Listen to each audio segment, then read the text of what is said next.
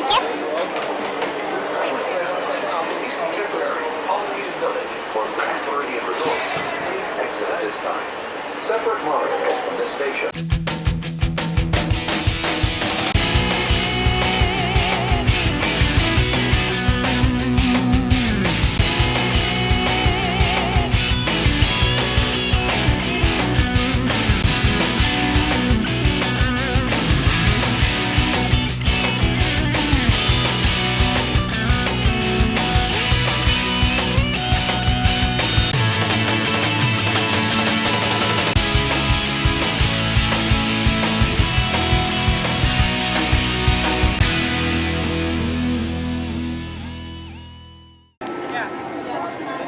Really, Mickey has. We don't have the pop dogs.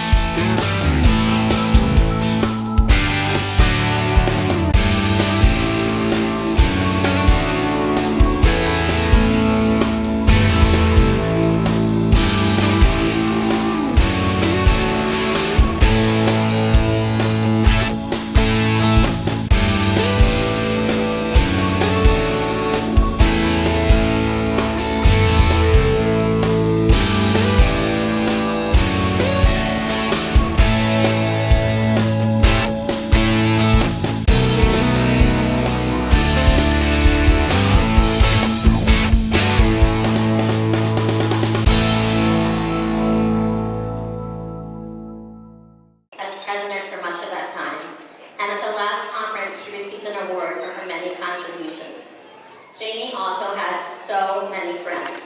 As her husband Tim joked, at last count she had 972 best friends and really never met a stranger. Jamie loved to travel and has been all over the world. She has been carried through Egypt and Ireland, among many other places. She even rode a camel with a broken rib. She loved to go on cruises and one time signed up to go parasailing. That's right, parasailing. Until her husband put his foot down. She loved fashion, jewelry, and wine. As I mentioned, she created the first fine wines, and although her motives were truly altruistic, I used to always kid her that the event was really just a ruse for her to put on a fancy dress and drink some wine. About 2 days after Jamie died, I felt compelled to do something to carry on Jamie's legacy.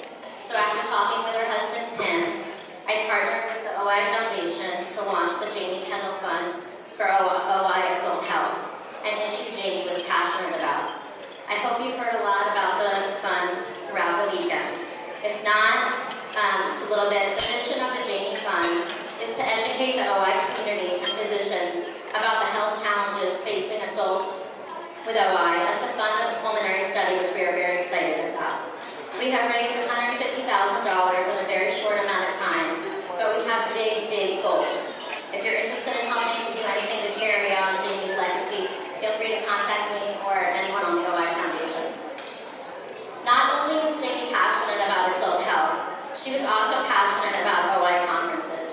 In her speech following her award at the last conference, she spoke about how life-changing her first conference had been, and about how all conferences were so special to her because she felt home. She wanted everyone to have that same opportunity. In fact, funding scholarships to OI conferences was one of the driving forces behind her creation. For nearly 30 years. Normally should be retired, but no, it's not yet. It's still very active, and we appreciate that very much. Thank you.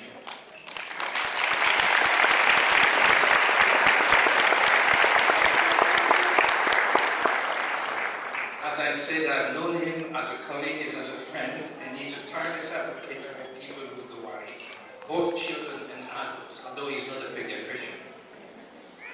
I know many of you here tonight have your own personal experience of dealing with Dr. Shapiro.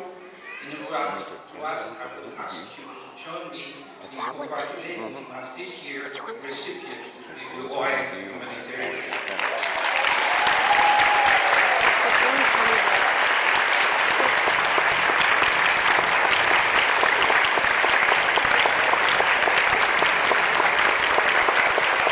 That's just fun to stand up, but I'm not going to.